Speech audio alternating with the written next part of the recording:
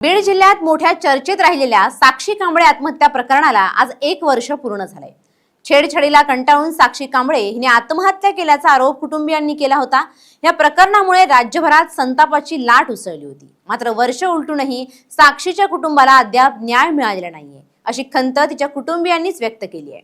धाराशिव आणि बीड पोलिसांवर आता विश्वास राहिलेला नाही, त्यामुळे या गुन्ह्याचा तपास आता SIT कडे वर्ग करावा, अशी मागणी साक्षी कांबळे हिच्या आईने केली आहे। माझ्या मुलीने छेडछाडीला कंटाळून आत्महत्या केली। त्याला 1 वर्ष झालं, पण अजून पण आम्हाला कुठंच न्याय भेटलेला नाही।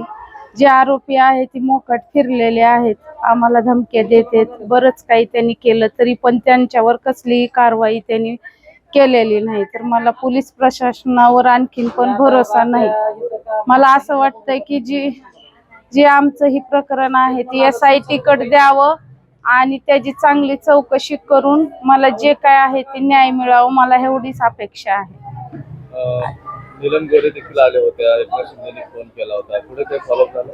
त्यांना मी पत्र लिहिलं होतं, त्यांनी फॉलोअप घेतला, सगळं केलं, तरी पण पोलिसांनी काहीच त्याच्यावरती जास्त म्हणजे इन्व्हॉल्व नाही दाखवला आणि अजूनही त्या बाबतीमध्ये मला न्याय भेटला नाही। ज्या वेळेस न्याय भेटेल त्यावेळेसच मला माझ्या मनाला शांती भेटेल।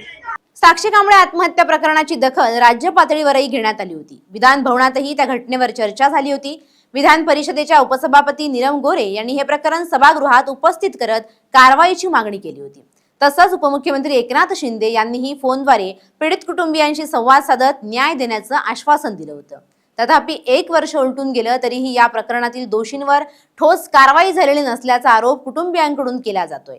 न्यायाच्या प्रतीक्षेत असलेल्या कांबळे कुटुंबाने प्रशासनाकडे पुन्हा एकदा त्वरित आणि कठोर कारवाईची मागणी केली आहे। एक सामान्य दलित कुटुंबातील मुलगी साक्षी हिनं छेडछाडीला कंटाळून आत्महत्या केली। खरं तर या आत्महत्या नसून या वर्णवादी व्यवस्थेनं केलेली हत्या आहे।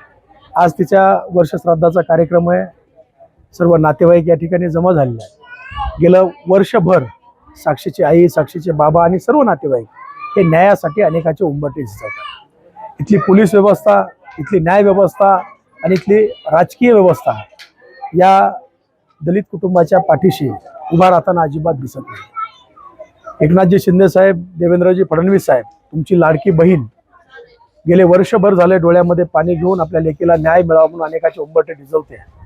त्या लाडक्या बहिणीचे अश्रू तुम्हाला दिसत नाहीत, ते अश्रू तुम्हाला दिसणार आहेत का? एका सामान्य कुटुंबातील मुलीचा या व्यवस्थेने घेतलेला जो बळी आहे त्याला आपण न्याय देणार आहेत का? तर न्याय द्यायचा असता तर मागच्या 1 वर्षामध्ये या प्रक्रियेमध्ये न्याय मिळाला असता। या गुन्ह्यातील आरोपी मोकाटपणे फिरत आहेत, कुटुंबाला धमक्या देत आहेत, तरीही व्यवस्था त्यांच्या विरोधात कारवाई करत नाही। म्हणजे गरिबाच्या लेकरांना न्याय मिळणारच नाही का अशा प्रकारचा प्रश्न आमच्या मनामध्ये उपस्थित होता। साक्षीला आज जाऊन वर्ष झालं आहे, तरीही न्याय व्यवस्था अत्यंत कासवाच्या गतीनं काम करताना आम्हाला दिसते। माझं आपल्या माध्यमातून सुनेत्राताई पवारांना आव्हान आहे, आपण महिला आहात, या महाराष्ट्राचे उपमुख्यमंत्री आहात आणि कुटुंबातील व्यक्ती गेल्याचं दुःख आपण जाणता, आपल्या घरातील व्यक्ती गेले त्याचं दुःख आपल्याला माहिती आहे।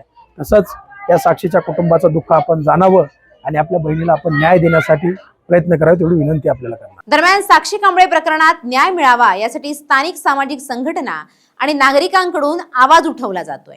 वर्ष पूर्ण झाल्यानिमित्ताने पुन्हा एकदा या प्रकरणाची चर्चा सुरू झाली असून पीडित कुटुंबाला न्याय कधी मिळणार असा प्रश्न आता उपस्थित केला जातोय।